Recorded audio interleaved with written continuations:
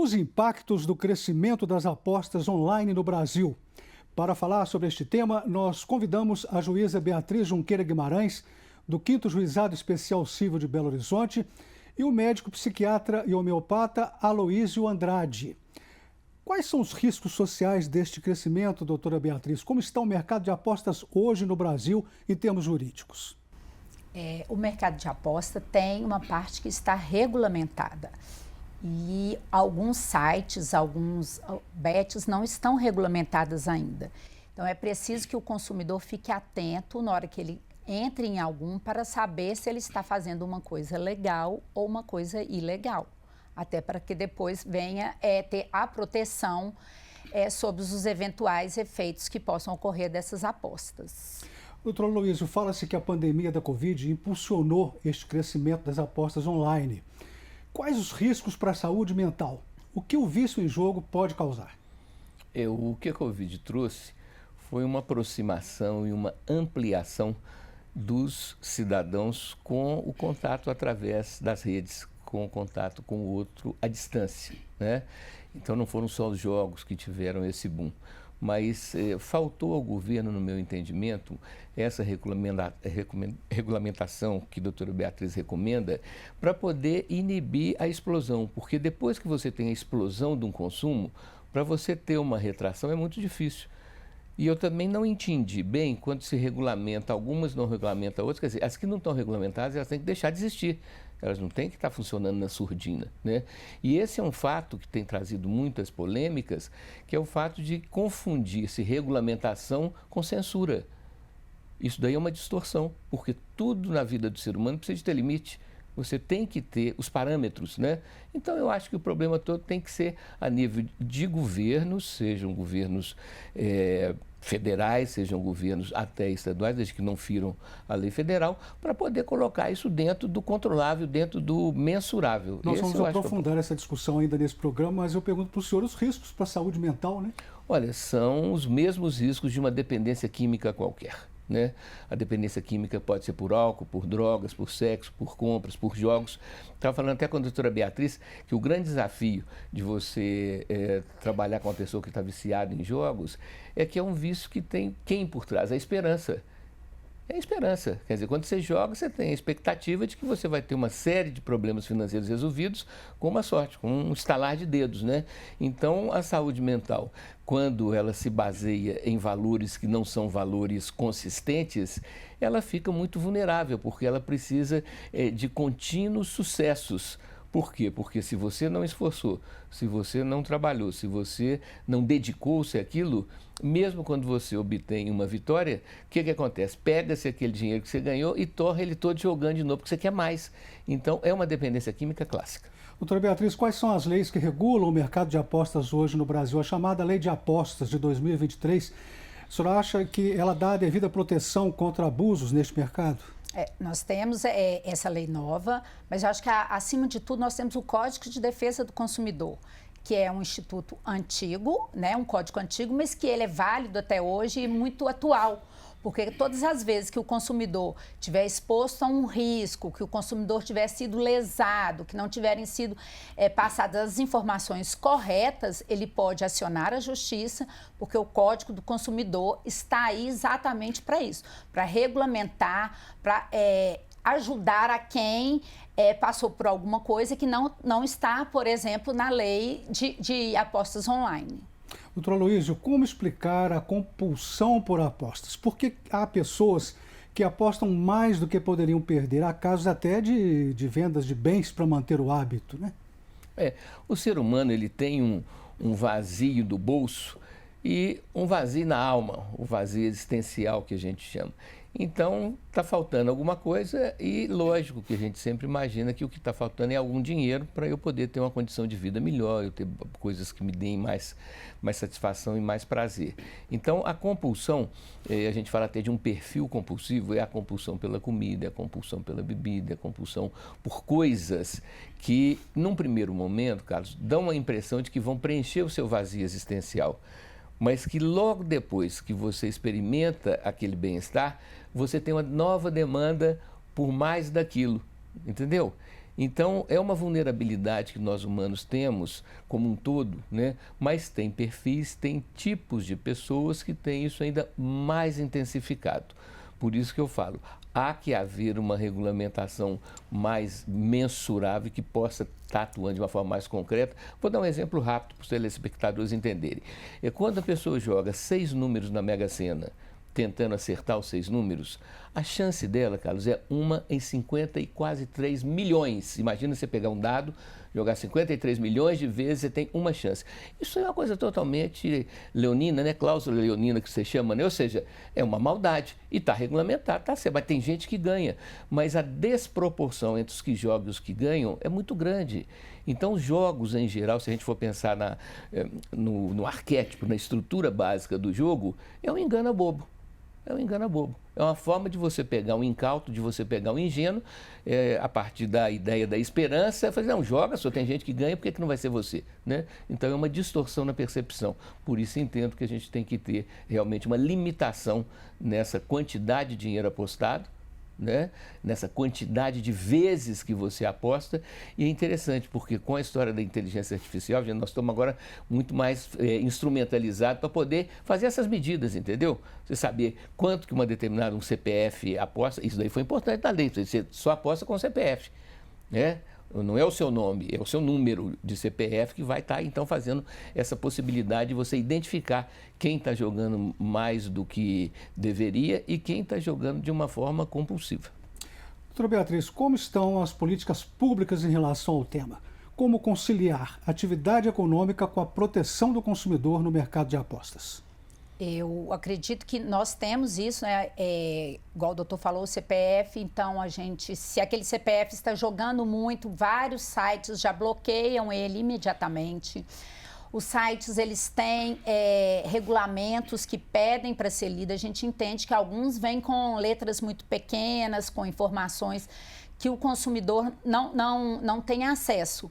Mas a gente está vigilante a isso e são postados anúncios, propagandas de que o jogo tem que ser consciente. A gente tem até a política do superendividamento também, que o judiciário entra no meio quando a pessoa está superendividada, até pelo jogo, para que tente educar esse consumidor para que ele não entre num processo onde ele vá só regredindo, igual o doutor falou, fique nessa esperança dele e acabe acabando com a vida.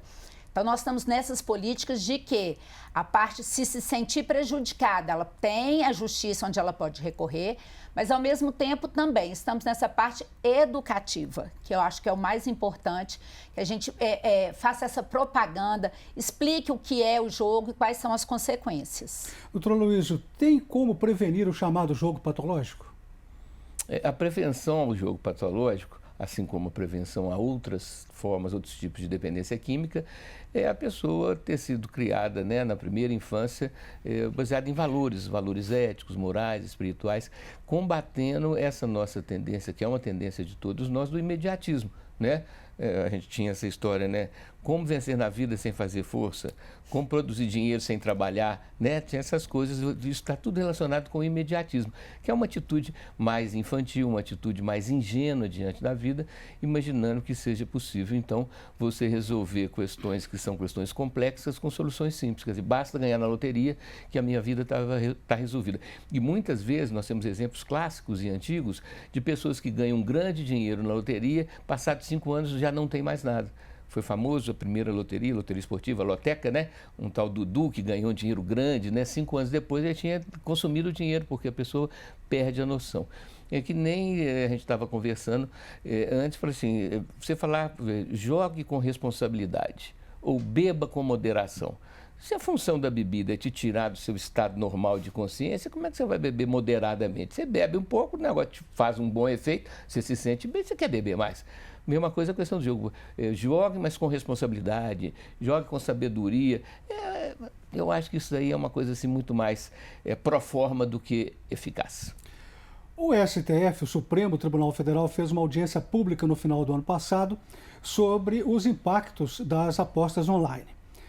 Doutora Beatriz, como que a senhora vê o papel do Judiciário e do Congresso Nacional nessa questão? A gente tem essa obrigação, né, de regulamentar, de resguardar a parte, mas temos também essa parte de informação, Carlos, que eu acho muito importante, que a gente discuta os efeitos para que a gente possa, até quando precisar dar uma decisão, ser a mais justa. Porque as pessoas costumam dizer, o judiciário está sempre do lado mais fraco. Não, a gente tem que ver o que é mais justo e buscar um equilíbrio. Então, assim, a informação é muito importante, os esclarecimentos para que as partes saibam o que são os jogos, quais são as consequências, os valores que elas recebem, elas estão sujeitas ao imposto de renda também. Então, daí, mais uma vez, a importância de ter o CPF, porque às vezes a pessoa ganha um dinheiro e quando vai ver lá na frente que tem que pagar o imposto de renda, já começa a revolta. Então, é muito importante que a gente atue nesse sentido de coibir o abuso, mas que também tenha a informação do que pode vir a acontecer.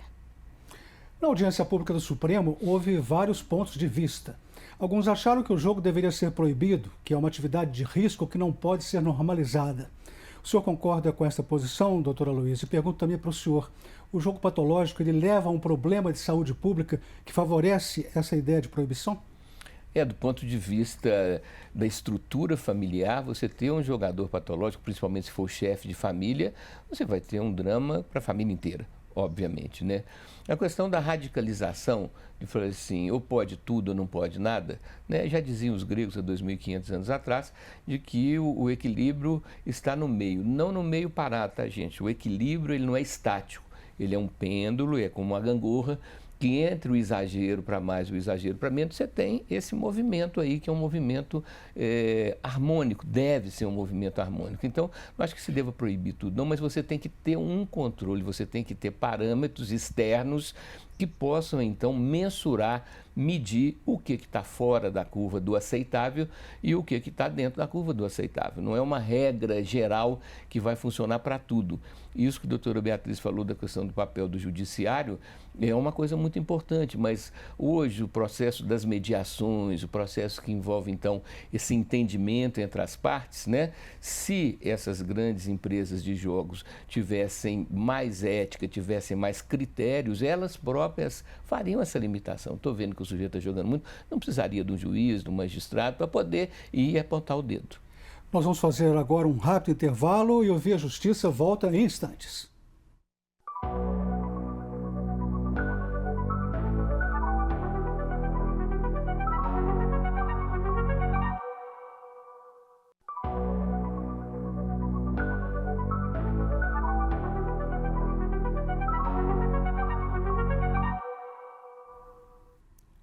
Ouvi a Justiça falando sobre os impactos sociais e jurídicos das apostas online no Brasil. Participam do programa a juíza Beatriz Junqueira Guimarães, do 5º Juizado Especial Cível de Belo Horizonte, e o médico psiquiatra e homeopata Aloísio Andrade. Pergunto para a senhora, doutora Beatriz, como explicar a mudança de conceito entre o proibir e o permitir? Até há pouco tempo, a senhora se lembra dos bingos, né? Foram proibidos. Agora, os jogos são permitidos. O que houve nessa mudança de conceito? Nós tivemos uma mudança de legislação e veio nesse sentido que os bingos, acho que eles não tinham, ou ainda não têm, né? Muitas informações para o consumidor do que pode causar, quais são os riscos de ganhar ou de perder. E esses jogos online hoje que a gente está vendo aí, que está tanto sucesso, presta atenção que nós temos alguns que estão regulamentados e outros não, mas os que estão regulamentados, que é o que nos cabe, eles têm vindo com uma gama de informações para o consumidor do que pode acontecer, o que pode ser feito, o que não deve ser feito. Acredito que tem muitas pessoas que entram por acaso e não conseguem sair, igual o doutor já falou, mas acredito também que está na hora da gente ter um público consumidor mais instruído, mais estudado e assim, a gente está sempre pedindo para as pessoas, antes de fazer alguma coisa, leiam os regulamentos, guardem os recibos, não passem seus dados mais sensíveis nessas plataformas para evitar fraudes, para evitar algum uso indevido do seu nome, do seu CPF e, acima de tudo, que tenha um controle sobre o seu dinheiro, né? Sobre a sua possibilidade de gastar aquilo, que é uma brincadeira, que é uma esperança, mas a gente também tem que ter responsabilidade antes de participar de algum jogo. Doutor Luiz, o que dizer da participação dos influenciadores digitais na divulgação das apostas online? Como influenciam psicologicamente as massas para os jogos e até que ponto a juventude é afetada? Então, Carlos, eu tenho ficado muito surpreso com o volume de seguidores que os influenciadores têm, né? Você tem uma pessoa que tem mais de 20 milhões de seguidores, outra tem mais de 25 milhões, e eles, inclusive, criaram um sistema que quem joga através da influência de um influenciador A, B ou C, esse influenciador recebe o dinheiro em função disso. Então você tem uma orquestração, Carlos, que é completamente maligna do ponto de vista de você arrastar o bando, arrastar o grupo de uma maneira quase que hipnótica. É como se fosse um tipo de vampirismo, entendeu? Quer dizer, todo mundo seguindo aquela pessoa, casos recentes, inúmeros casos. Se não tivesse necessidade, a gente diria que não temos como... Mas a necessidade da gente reconhecer. E a morte da mãe pelo filho por dívidas, porque ela parou de dar o dinheiro, não tinha mais dinheiro para dar, mostra o grau de risco, né? A doutora Beatriz falou uma coisa importante, as advertências, os contratos, mas a escrita, né, feito ela própria disso, é pequena demais, quer dizer, aquilo ali é uma coisa pro forma, não é uma coisa transformadora, não é uma coisa para realmente subsidiar a pessoa com ferramentas para ter mais chance de escolha. E termino no raciocínio falando o que a psiquiatria diz, quer dizer, para você ter livre-arbítrio, para você fazer uma escolha, você tem que estar com clareza de consciência. Quando você está hipnotizado, quando você está magnetizado, quando você está numa onda, você fica como quem está fora de si, porque você não tem a clareza de consciência, você não faz escolhas adequadas, você não faz escolhas conscientes, né? Então, por isso o poder público, o judiciário e o executivo tem que colocar uma inibição para esse tipo de charlatanismo que sempre existiu na humanidade, mas que agora ele está não só do ponto de vista da ampliação, quanto também na variedade das embalagens para você cair no conto do vigário. Era conto do vigário que chamava, né? Doutora Beatriz, quais são as estatísticas de denúncias nos órgãos de defesa do consumidor? As BETs estão liderando essas denúncias? Carlos, aqui em Belo Horizonte, no meu juizado, nós ainda não tivemos nenhum processo nisso. Mas o juizado da senhora é o juizado do consumidor? É o do consumidor, exatamente. Mas a gente tem visto por todo o país, e eu conversava com a doutora Luiz mais cedo, pessoas mais simples. Então, a gente tem visto em regiões mais simples do país, várias pessoas com esses problemas com as BETs. Várias pessoas que entram e perdem uma vez e vão jogando outra, tentando recuperar aquele dinheiro e acabam se endividando, acabam passando por problemas, igual ele comentou agora da própria mãe, que teve que parar de dar o dinheiro, que acabam toda uma família, toda uma vida. Aqui no juizado que eu trabalho, graças a Deus, ainda não tivemos nenhum. Mas eu acredito que é uma coisa pontual, porque eu tenho visto em todo o país várias e várias ações de pessoas com esses problemas. Doutor Luiz, o vício em jogo ele é definido como um transtorno de dependência comportamental. Como que é esse transtorno? As pessoas apostam mais por diversão ou para conseguir renda extra? O vício é um hábito ou é algo mais em termos psicológicos? Diversão ou precisão, né, Carlos? Aí a gente vai ter o seguinte, quando eu chamei de dependência química, é porque você tem a dependência química por substâncias externas, né, como são as drogas, o álcool, os calmantes, etc. Mas você tem uma dependência química endógena, que é pela química que o seu organismo produz quando você está fazendo alguma coisa que te traz emoção, que é uma dependência pelas catecolaminas, que é a família da adrenalina. Então você fica excitado, você fica, né, com aquele coração disparado. Então nós temos como público mais vulnerável as duas faixas etárias, que são pessoas mais jovens e mais idosas, e a outra faixa que, olha que interessante, os que estão mais necessitados, que estão sem dinheiro, estão com pouco dinheiro, estão com menos dinheiro do que precisam para pagar suas contas, e os que têm muito dinheiro. Porque, na verdade, como ele tem muito dinheiro, ele pode apostar muito. E o dinheiro é uma coisa que traz uma retroalimentação da necessidade de mais, né? Quanto mais tem, mais quer, não é isso? Quanto mais dinheiro a gente tem, mais dinheiro a gente gasta, né? Então tem uma retroalimentação, tem uma retrosustentação que é completamente atraente, né? Então a gente pensa que realmente assim, os idosos e os mais jovens têm essa vulnerabilidade. Primeira vez que eu fui conhecer um cassino nos Estados Unidos, não fui em Las Vegas, fui em Atlantic City. Quando eu cheguei do alto, assim, vi lá embaixo um salão, Carlos, com 5.000 máquinas de caça-níqueis, né? E quando você olhava, até lembrei dessa música que fez sucesso recente aí do velho da lancha, né? Do Cabeça Branca, né? Porque 90%, Beatriz, era cabeça branca. Eu falei assim, nossa, o povo está pegando essa aposentadoria e querendo ampliar isso, né? Pessoas sozinhas, né? A solidão, isso, acho que a solidão faz né? muito isso. É. Agora, pelo menos você tinha, como nos cassinos antigos, né? Você tinha presença física. Então, você tinha um tipo de relacionamento, né, Beatriz, que para diminuir o seu sentimento de solidão, a sua sensação de não ter amigos, você fazia até grupos. Os bingos, por exemplo, os bingos também, o consumo maior era para pessoas idosas, né? E aí, de repente, tinha essa maldade, chegava um ônibus e prendia todo mundo de uma vez, e falava, meu, que maldade. O que é você, em vez de contribuir para a melhora, você contribuir para uma piora da coisa, né?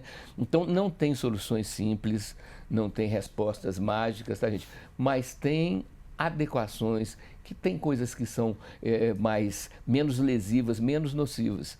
E a ideia da redução de danos é que entre o real e o ideal você tem o possível. Então, é possível sim fazer alguma coisa, mas tem que haver um interesse das autoridades, tanto na questão legislativa, quanto no executivo, quanto no judiciário. Quer dizer, todo mundo está envolvido na possibilidade de o quê? De proteger o cidadão, porque nós, enquanto indivíduos, somos muito vulneráveis, nós, enquanto indivíduos, somos muito frágeis diante de uma máquina desse tamanho que a internet faz, que as redes sociais fazem. Pegando essa deixa do doutor Aloysio, doutora Beatriz, eu pergunto para a senhora como que deve ser a política regulatória para o mercado de apostas. Apenas controle fiscal e repressão eventual? Isso basta? A publicidade de apostas, de patrocínios esportivos, ela deve ser proibida? Devem ser proibidos, né, a publicidade, os patrocínios? Eu acredito, Carlos, que tudo passe pela educação, que eu acho que é o grande problema dessas bets, desses jogos e tudo. Então, acho que se a gente tiver uma regulamentação, não acredito na proibição, igual a doutora Luiz falou, a gente vê aí o caso dos bingos, que eram proibidos, mas mesmo assim funcionavam. Então, acredito que vem o problema da educação, da divulgação, inclusive dos males. Você acabou de me perguntar aí sobre os números, que a gente mostre os números de que tem acontecido, de quantas famílias estão endividadas, de quantos processos, e seja mais transparente. Quais são as plataformas que estão regulamentadas, quais são as plataformas que realmente pagam, né? Porque a gente tem visto muitas plataformas que prometem e na hora que o consumidor vai receber não é aquele valor, a plataforma não tem condições de pagar, porque às vezes é até uma plataforma clandestina. Eu acho que se a gente tiver essa regulamentação mais clara, tudo mais transparente, nós temos chances sim de divertir, temos chances sim de ganhar o dinheiro, igual alguns têm ganhado, mas que a gente mostre, igual o doutor falou, quantos jogam e quantos ganham, quantos perdem, para que a gente possa ter um jogo mais consciente, né? O consumo consciente. Nós estamos chegando ao final do programa, vamos partir para as considerações finais. Que eu não perguntei, que o senhor acha importante colocar nesse momento, doutor Aloysio? Como vencer na vida sem fazer força, não é não. Eu acho que você fez perguntas bem adequadas e bem estimulantes para a gente fazer raciocínios. A gente chama de raciocínio arquetípico, um raciocínio que seja mais abrangente, que possa responder não só a pergunta, mas o que está por trás dessa pergunta, Carlos. Então, é um desafio muito grande. Se eu pudesse escolher para determinar assim, qual é o maior problema que a humanidade passa nesse momento, é o problema justamente de uma vida muito imediatista, de um processo existencial que, ao invés de estimular o esforço, a dedicação, o empenho, é através do imediatismo, é através das soluções mágicas que a gente tem vivido. Então, eu penso que o maior desafio que nós temos na humanidade no momento é o sentido da vida, é o existir a que será que se destina. Então, essa educação que a doutora Beatriz está falando não é uma educação de você saber que 2 mais 2 dá 4, de quem descobriu o Brasil. É a educação do autocontrole, do autocomando, da pessoa entender que ela tem uma parte que é uma parte mais instintiva e mais animal e que só quer saber do que é mais fácil. Então, esse treinamento é fundamental. Rapidamente, a senhora agora, considerações finais, doutora Beatriz. Eu queria parabenizá-lo por estar fazendo esse tipo de programa, porque é o que falta, informação. E aqui você está levando informação para as pessoas, para que tenham um jogo consciente. Muito obrigado à senhora, muito obrigado ao senhor pelas participações. O Via Justiça termina aqui. Nós conversamos com a juíza Beatriz Junqueira Guimarães, do 5º Juizado Especial Civil de Belo Horizonte, Juizado do Consumidor, e o médico psiquiatra e homeopata Aloísio Andrade. Obrigado pela audiência.